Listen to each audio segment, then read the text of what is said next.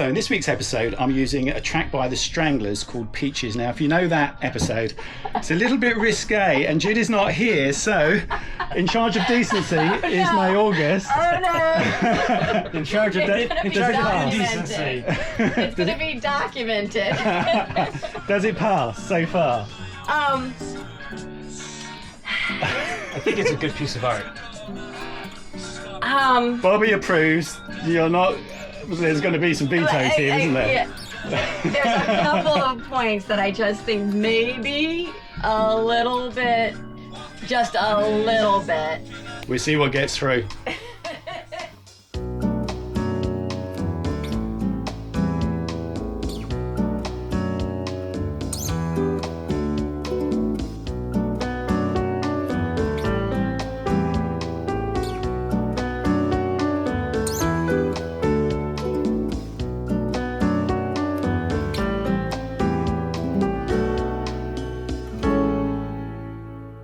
Hello and welcome to Elba. As you might have gathered already, Judy's away this week on a quick family visit to the UK.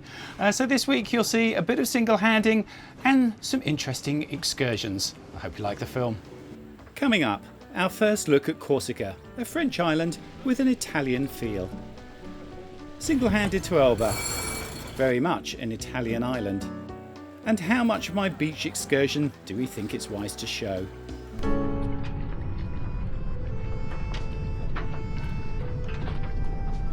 We ended the last episode after making the jump from the Côte d'Azur to Corsica, an island we've never visited before. We made landfall in Saint Florent. It's beautiful.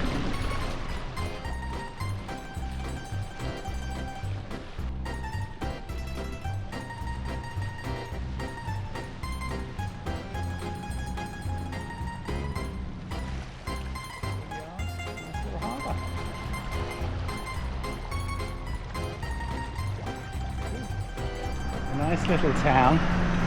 Judy's come ashore with her dress and a hat and no shoes. I'm amazed it's never happened before. Actually, getting on the dinghy without your shoes. We can buy some. Look at this. Yeah, I think we'll be Perfect. fine.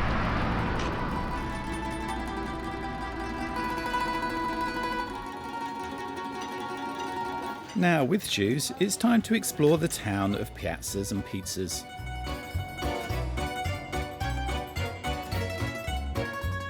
Corsica might be French, but it has a distinctly Italian feel.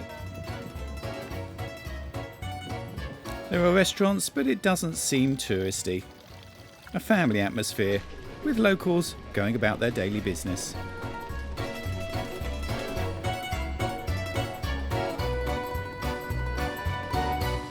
A very relaxing day and a fiery sunset, set off beautifully by a glassy sea.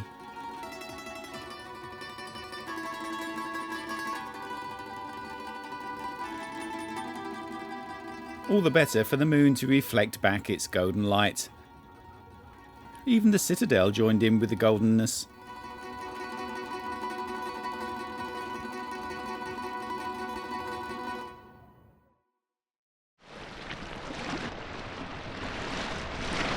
So as you can see, got a little bit of weather today. Good day for a walk. Yeah, dark clouds gathering though. Both the walks are coastal, so I expect it to be lovely, but we also are going to do some fishing. Yeah, it's good. This anchorage here is very useful because we came here yesterday and there's a little dingy dock just opposite the spa. There's another one opposite a laundry. So yeah, well catered for here. Yeah, and there's plenty of boats in the anchorage as well, so I think the word has got out. This is the place to be, rather than the south of France. Yeah, I mean they cater for cruises a bit more here, I think, and we've got a bit of weather coming in, as you can see today. So that whole of the west coast, is a bit exposed. So I think that's why people are coming into here. This is probably the least exposed on the west coast.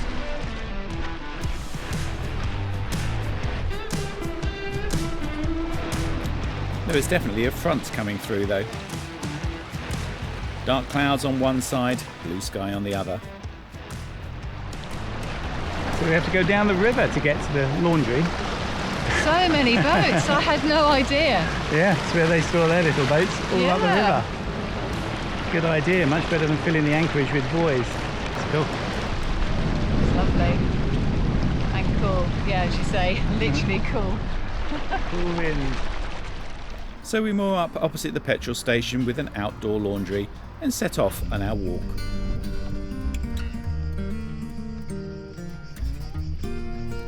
So they preserve their walks quite well, don't they? And they've just put this fence all the way along to make sure it doesn't get encroached on. Definitely. By any of the houses down here. And cannons to protect you along the way. Couldn't ask for more. Yeah, that's a bit random. Cannon in the middle of nowhere. No date on it.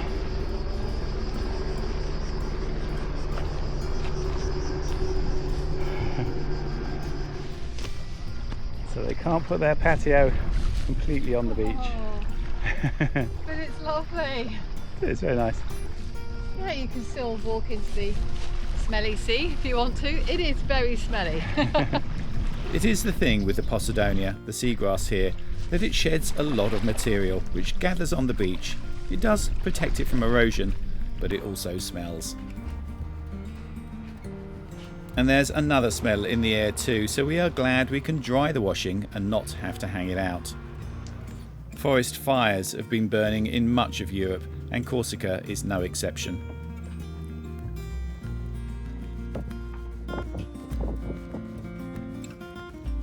Fortunately, it all seems to be up in the hills, and the fire planes are out in force, dousing what they can with seawater.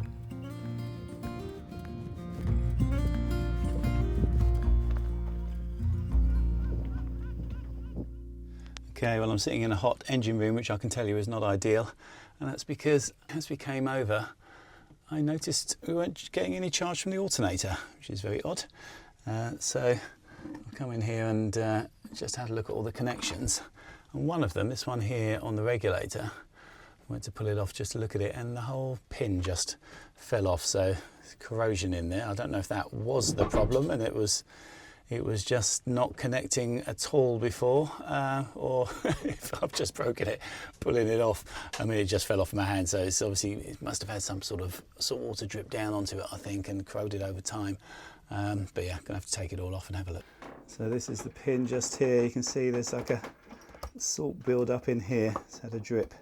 It's come down onto it and corroded it. I'm gonna try and clean that up and solder the wire back on, I think.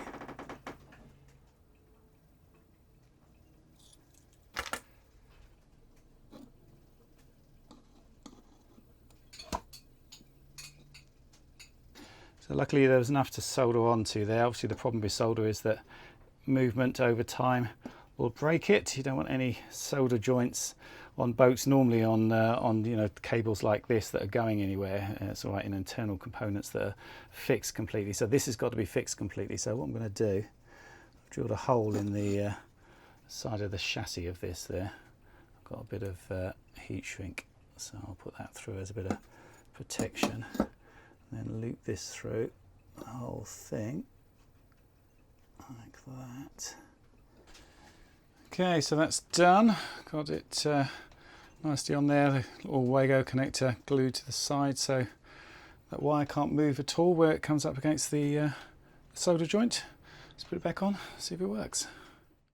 Okay, so I have dropped Judy off at the airport, so she's back in the UK. I've been getting on with boat jobs. You'd be pleased to know the alternator is now working. It took a bit more effort. I had to reset the whole system. It was a bit of a faff, but yeah, that's all working now. I've been to the Chandlers, got myself a proper French flag because I had to use the Dutch one, if you saw the last episode, sort of folded over and sideways. So yeah, I'm going to put that up now.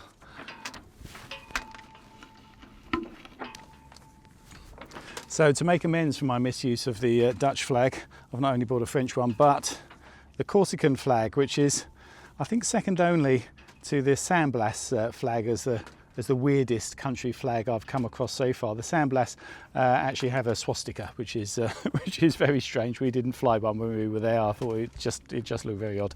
But this one is apparently a Moor's head It comes from 1300s is when they first adopted it. It's a Saracen attack, and this was a beheaded Moor's head, so it's a bit gory, and it was on coins and things, and it wasn't until I think mid 1700s where it became the country flag, and they moved the bandana up. It was across the eyes, and they moved it up and said it sort of was to show enlightenment. So, well, there you go. That's the history of that. The Sardinian one is even stranger. They've got 4 of these heads. I don't know what that one's about, but let's put them up anyway.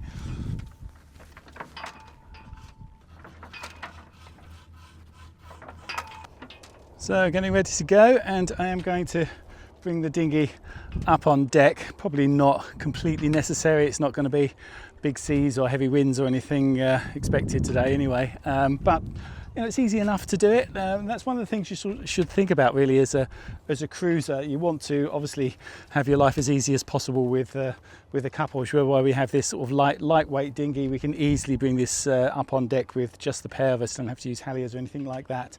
But you also want to basically gear your boat so you can single hand on the odd occasion, because you might have to if you're just a couple sailing. So you don't want to have something that's impossible to do on your own, and this, I mean, it's more difficult for me to get this on deck on my own, but it's not impossible. I mean, I could put a halyard on it if I needed to, but I don't really. I could just drag it up. So let's get this on deck and we'll have a little look at the route.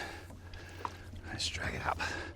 I haven't had my breakfast this morning, but I should have the strength for this. It's not too bad. There we go.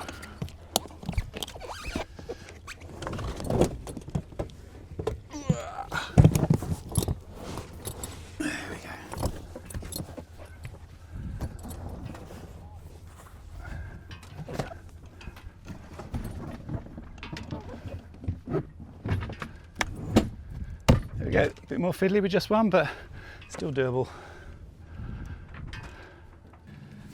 Okay, so let's have a little look at where we're going then. I'll put the iPad up on screen so you can see. Let's open up Navionics, and where I'm heading for is here, Elba. Could do it all in one hit. I don't think I will. I think I'm just going to go around and day sail it. Might even drop in to Capri, which is a little island just to the north there. It was an old penal colony. I don't think there's not a lot of great anchorages. It's quite deep around it, but there was some. So yeah, I'll have a look at that on the way. We might do that. But for today, I'm just going to go up and round the corner here. Let's have a look at the weather. Bring up predict wind now. I looked at this yesterday, and one of the reasons I've decided definitely to go up the north and round to Elba was yesterday. This showed on Friday, if we got round to Friday, the Tramontana really blowing. It's not so bad now. This was coming right the way across before. Now, when that happens, this whole west coast of Corsica, which is lovely. You can see all these lovely bays and stuff down there. It'd be a great place to do, but you do need to have a good weather window. You don't want the Tramontana blowing. You might not get the really strong wind. And as you see at the moment here, by Friday, if this one is right, it's gone down a little bit, but it's still there. Come on, that's it. You can see. Open it up a little bit. Yeah, that when it sort of starts to blow like that, it just sets up that swell. So if you're on that coast there, you might not have too much wind, but you've got swell, and that's even worse because it doesn't point you into it, and you just go sideways on, and you've got this horrible swell coming in. So yeah, it's not the right time to go down the west coast, which is why I'm going round the top. And this looks pretty good weather-wise. It should get a good bit of breeze today. It's building up. The other thing to look at, though, the other reason that I do want to get away from this coast at the moment is the Cape forecast. So if I go on to this maps, go on to Cape. Now, Cape is how much energy there is in the atmosphere. I've actually just upgraded my predict wind. It had gone. It expired when we got back into Portugal after doing the transatlantic. Obviously, I have the pro one for that because you want all that routing. It's really good, but it's good to have anyway. And I hadn't sort of just redone the subscription, but I have now for the Cape forecast because it's important. The locals will tell you not only look for the Tramontana blowing going down that coast, but look what the Cape forecast is doing, because you get some big storms middle of summer here. They can be pretty vicious. So if you look at the moment, it's quite low, but as you go through the week, this starts to build up. You get quite a lot depending on which one you you look at, let's have a look at the ECMWF. Yeah, see, ECMWF is looking even worse. That's what I looked at yesterday. So yeah, it's not that much now, and it's really getting going. So, you know, opportunity for a lot of storms and opportunity for the Tramontana to blow. So on the whole, not a good place for me to be, especially single-handed. So yeah, I'm going to go around the top. So let's put that in on the Garmin. I'm not going to go there straight away. Let's cancel that. I think I'm going to go up and just around the corner to somewhere like that today, and that should be quite nice. Okay, so the engine's going, getting ready to lift the anchor. Breeze is just starting. Normally I'd wait a little bit longer and get sort of some proper breeze to start sailing, but actually it's much easier single-handed to get the anchor up if there's not too much breeze. So let's get this up, and by the time we're out, hopefully I'll have enough wind to sail.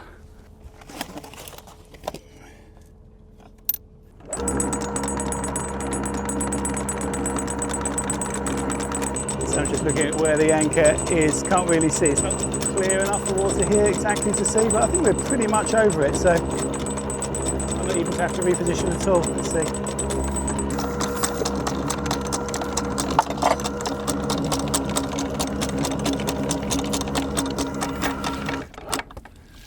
So what little bit of wind we had has blown the bow off this way. So anchor's over there. So I'll just go and steer us back round, get us over the top.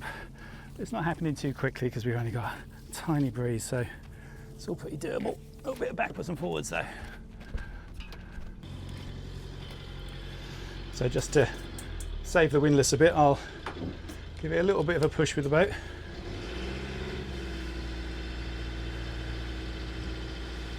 There we go, I'll drag it out. Now I should be able to do it. We've had a bit of wind while we're here, so it's obviously dug in well. This mantis does get in well. There we go. Yeah, that's better. Straight up.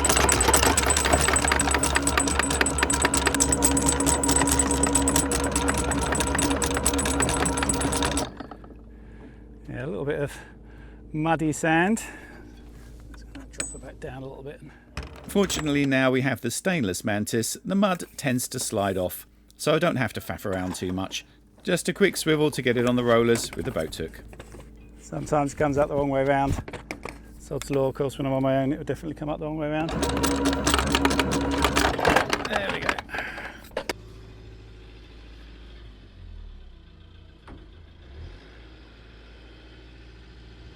Lovely.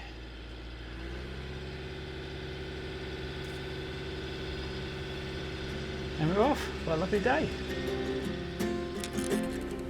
We got time on our side. We're in a state of hope. It doesn't look like rain, but these altocumulus clouds are definitely getting lower. Every time you're away, I long for you so much I can find my way. So I'm just debating with myself whether to put the mainsail up now. It looks like the wind might come up and be pretty much behind us, in which case I might just do it all on the Yankee. I mean, no rush, and single-handed it's easier. But yeah, if it's on the beam, I definitely want the main up. So we'll see. I'll get out and wait until it comes up a little bit, and if it's on the beam, I'll put the main up. And I saw you walking the line. Okay, I'm going to put the main up. We've got a little bit of wind coming up, and it looks like it'd be nicely on the beam. Obviously, the difficult thing with doing this on your own is that Judy would normally be steering the boat directly into wind, which is what I want to get the sail up nicely. I usually have to just try and set the auto helm, which I've done at the moment, to do it. But I've got actually something I never thought I would use. On my watch, I can control the orca. So I've got it at the moment on auto, and I can just go on here and adjust it. So if it's not quite right, I can adjust it on my watch, get us directly into wind, and hopefully not have to run backwards and forwards. Every time you're away, I long for you so much I can find my way. And I saw you walking the line. And the Okay, it's going to take us a little bit to starboard. Confirm. Perfect. every Every time you're away, I long for you so much I can find my way. And I saw you walking the line.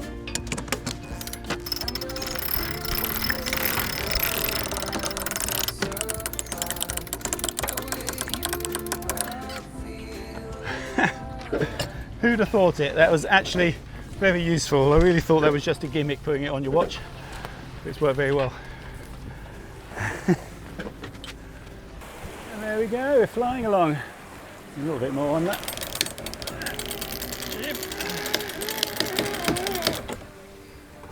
That's cool.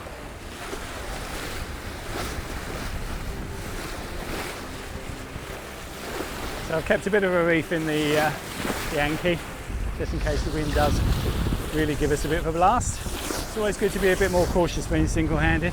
We're going well enough. We were doing 6.5 knots when I left the cockpit. We're probably doing 7 now. It's picked up a little bit more. This is very nice. So great wind. Something's definitely going on in the upper atmosphere though.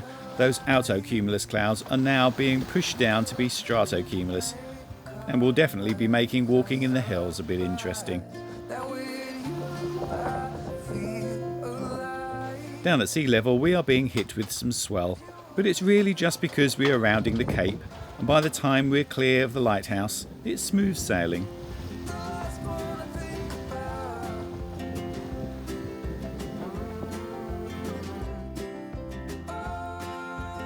And a landscape that looks remarkably English.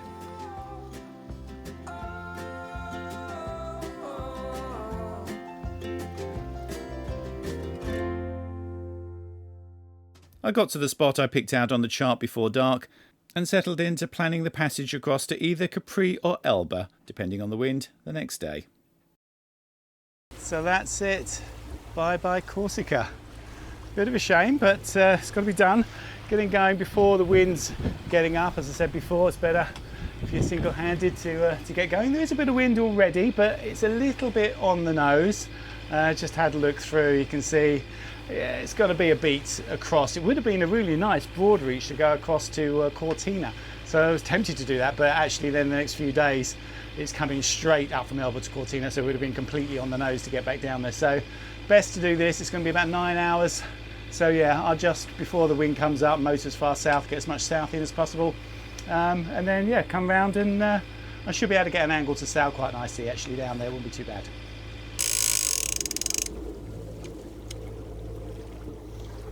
Since we're going offshore, I think I'll do this. I haven't been putting it out actually, doing the stuff just around the coastline here, because so many little boats around, motorboats, and they come close behind you. I don't want to to take my lines out. So, but we're going well offshore today. It's worth putting it out.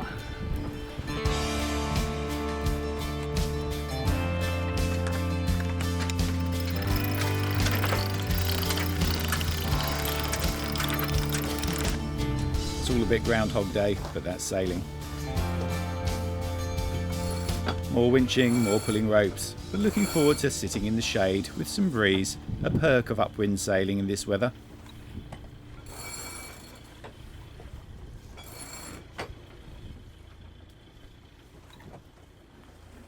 Okay, good. We're under full sail now. Not quite making the angle to Elba, but at least we're cutting the traffic separation zone completely nicely at 90 degrees. So we'll do that, and then hopefully the wind will shift a little bit and we'll come down. It will do as it sort of comes round the island anyway at the last minute, but might have to put a tack in. But yeah, we'll see. The sharp-eyed amongst you might see the staysail leeches flapping. Better see to that.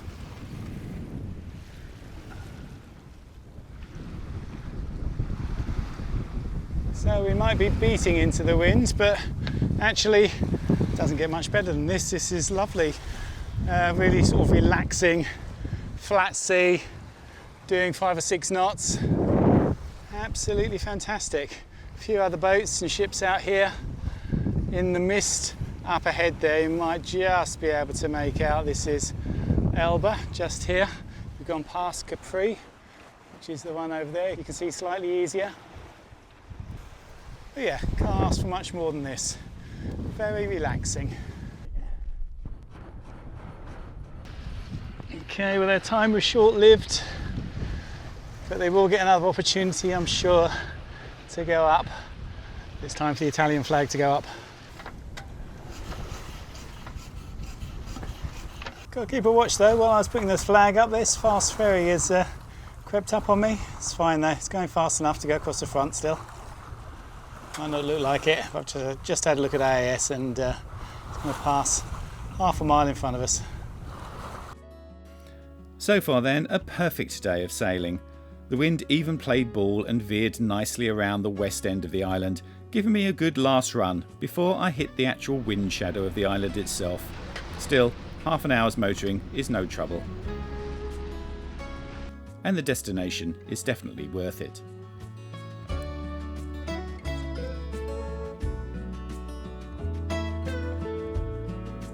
This is Marciana Marina, and there is a marina here, but marina in Latin just means of the sea, so don't expect to find one in every place with that in the name in Italy.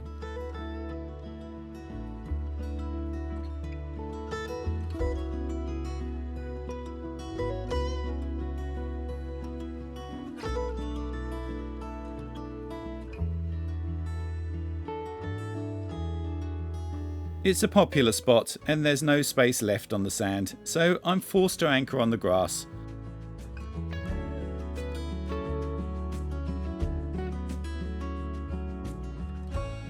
But I got a good set and could sit and watch the boats bob around, and more try to squeeze in. All shapes and sizes.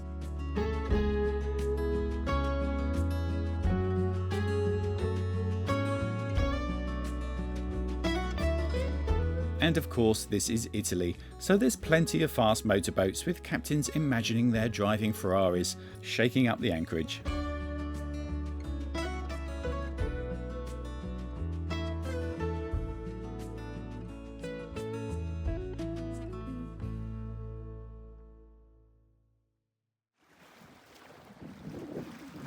This place is fabulous. Now that's a dinghy dock.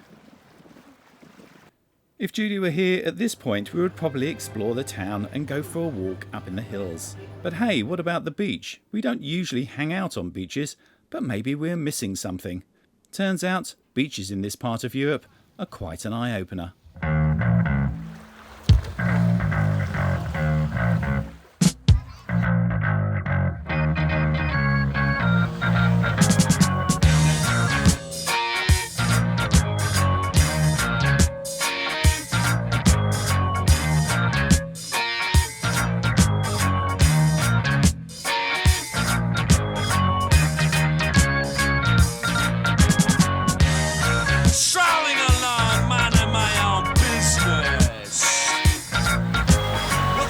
A girl and a half, she's got me going up and down. She's got me going up and down.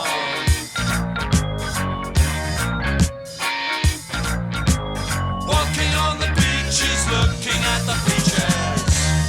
Well, I got the notion, girl, that you got some suntan lotion in that bottle of yours. Spread it all over my peeling skin, baby. That feels real good. Skirt, lapping up the sun, lap me up. Why don't you come on and lap me up?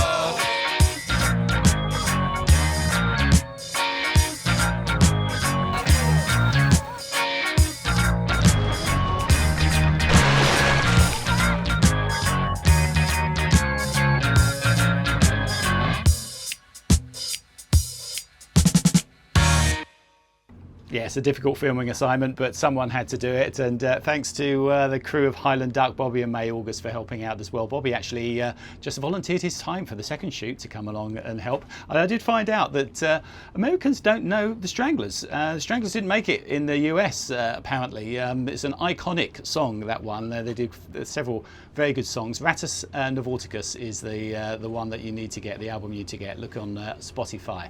But yes, next week, normal service will be be resumed. I've got to sail from here back to Corsica to pick up Judy.